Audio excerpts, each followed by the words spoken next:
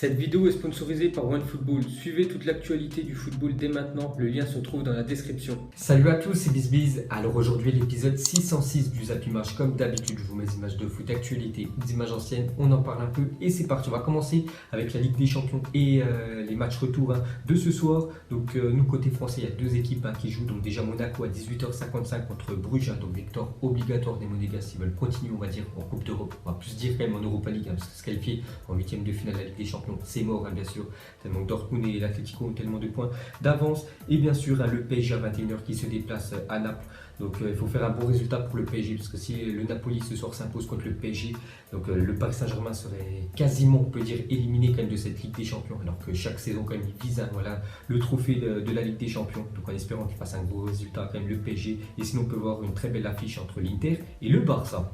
Ensuite on revient sur le match Napoli contre le PSG. Donc déjà regardez la une du journal de l'équipe aujourd'hui, c'est marqué volcanique, parce que ça s'annonce vraiment très chaud du côté de Naples.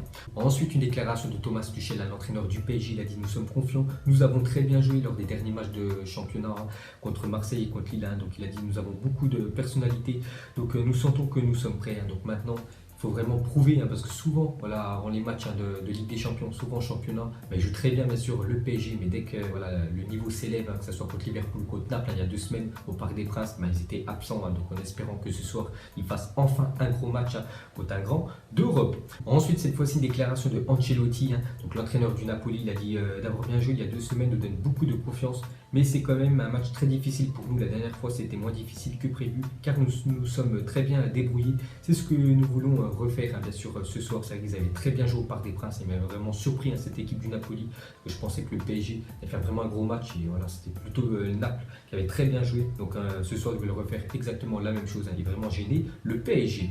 Ensuite, à parler de Draxler devrait être titulaire ce soir pour affronter Naples en Ligue des Champions. Donc Rabiot devrait être encore une fois sur le banc. Donc normalement, ça devrait être Draxler qui devrait être titulaire à la place d'Adrien Rabiot. Et bien sûr devant, Cavani, Neymar et Mbappé sont les 3 présents. Ensuite, le Napoli devrait battre son record d'affluence de la saison ce soir pour le match face au PSG en Ligue des Champions.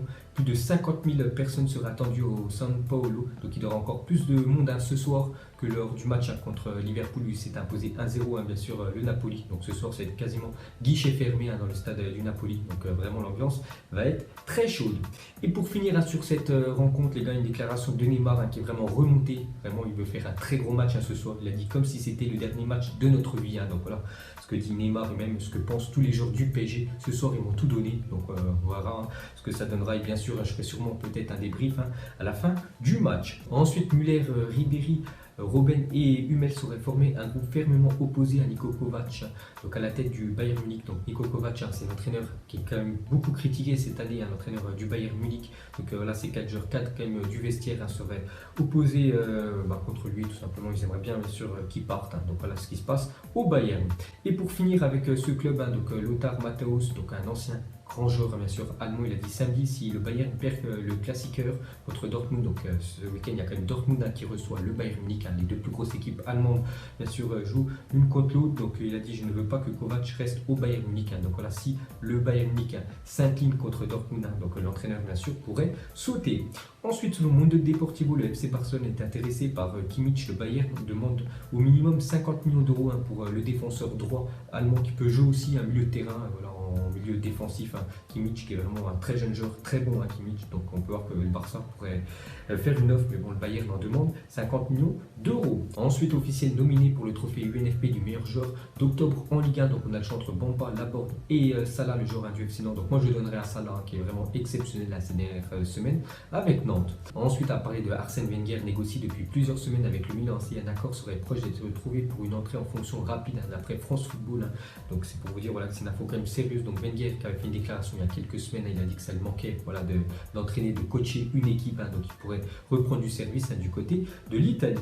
Ensuite, une déclaration de Cristiano Ronaldo sur Wayne Rooney, donc 2 anciens joueurs de Manchester United. Il a dit il me manque l'avenir, personne ne sait de quoi il se fait, mais j'aimerais rejouer avec lui, peut-être qu'on jouera à nouveau ensemble un jour. Donc actuellement Ronaldo joue à la Juventus, Wayne Rooney joue aux États-Unis, et on est sûr que Cristiano Ronaldo, vraiment en fin de carrière, bon là il est plus en fin de carrière, mais dans 2-3 ans, sûr qu'il terminera sa carrière en MLS, et pourquoi pas revoir Wayne Rooney et CR7 sur le même maillot. Et pour finir sur Wayne Rooney, donc d'après les informations de la BBC Sport, Wayne Rooney devrait être appelé par Gareth Southgate dans le groupe de l'Angleterre pour affronter les États-Unis et la Croatie 2 ans après sa dernière sélection face à l'Écosse. Donc voilà les gars, une petite info sur Wayne Rooney qui devrait être de retour avec l'Angleterre. Ensuite sur notre tuto sport, Zlatan Ibrahimovic serait prêt à revenir en Europe à condition de se voir offrir un contrat de 18 mois. Donc actuellement joueur des Los Angeles à Galaxy, donc lui aussi il est en fin de carrière, je crois qu'il a 36 ans quand même Zlatan, bien sûr qu'il ferait beaucoup de bien à pas mal d'équipes, de grandes équipes quand même européennes. Donc voilà, si une équipe lui propose un contrat de 18 mois, il pourrait retourner en Europe. Ensuite, une déclaration de Marc Libra, il a dit quand Thauvin dit qu'il veut jouer la Ligue des Champions l'année prochaine, quel club va le titulariser. Donc voilà, Thauvin avait fait une déclaration la semaine dernière, il a dit que si Marseille ne se qualifiait pas en Ligue des Champions, enfin cette année, l'année prochaine, il quitterait bien sûr le club. Donc après, voilà, ce journaliste a dit que s'il quitte le club pour jouer la Ligue des Champions, quel club va le mettre titulaire en Champions League. Donc voilà les gars, le petit clash du journaliste sur Thauvin. Ensuite, on continue avec l'OM, donc le bilan catastrophique de Rudi Garcia depuis son arrivée à l'OM. Il n'a toujours pas réussi à battre une équipe du top 3 français. Donc on peut voir là, sa première année en 2016, il n'a pas gagné, que ce soit contre le PSG, Monaco ou contre Lyon. Deuxième année, la même chose, que des défaites ou des matchs nuls. Et cette année, c'est en cours, c'est quand même 3 défaites contre les 3 premiers de la Ligue 1. Donc en tout, c'est 14 matchs, 3 nuls et 11 défaites. Donc Marseille ont vraiment du mal de gagner, on peut dire, contre un grand français.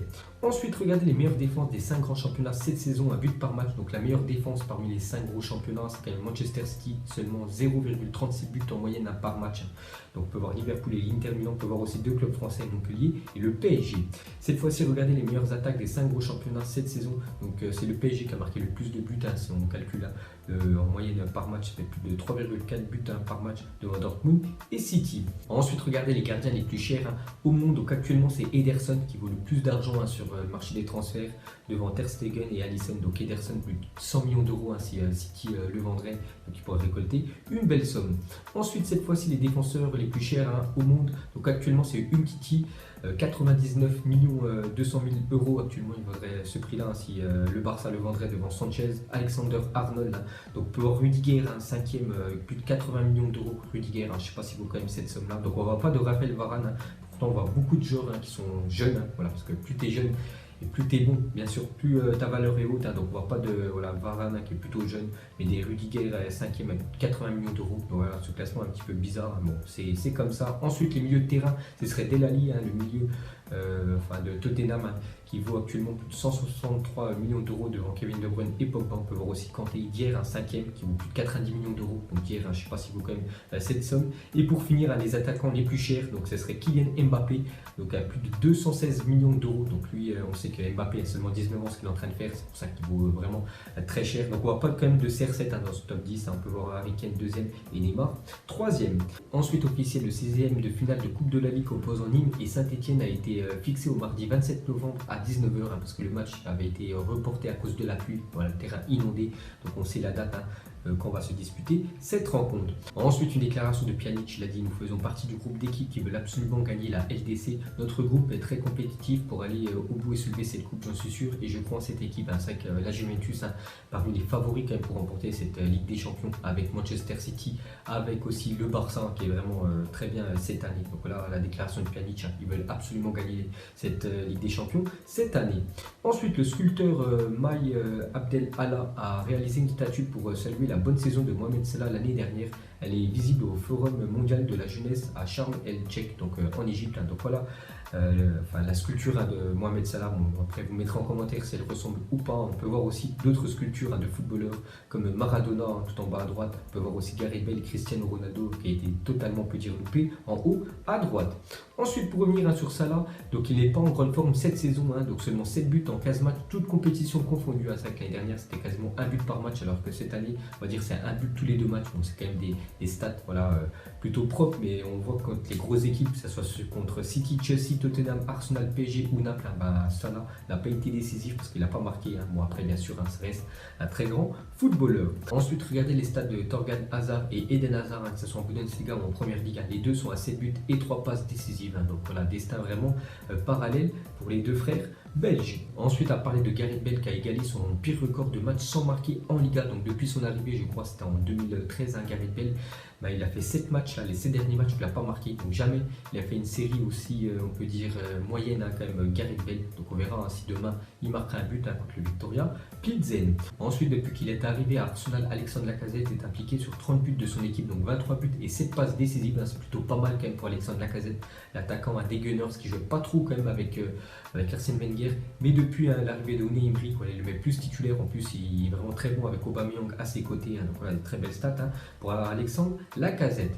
Et pour finir ce zappimage, on va terminer bien évidemment avec le match de ce soir entre Naples et le PSG. Mettez-moi un petit prono. Donc moi, dans la vidéo que j'ai fait hier, accompagné de mon frère sur tous les pronos de la Ligue des Champions, j'ai dit que le PSG allait s'imposer. Donc je reste sur ça. Je vais dire allez 3-1 pour le Paris Saint-Germain, même si voilà, ça va être compliqué parce que si on regarde le match il y a 2 semaines, voilà, c'était vraiment moyen le niveau de jeu du PSG.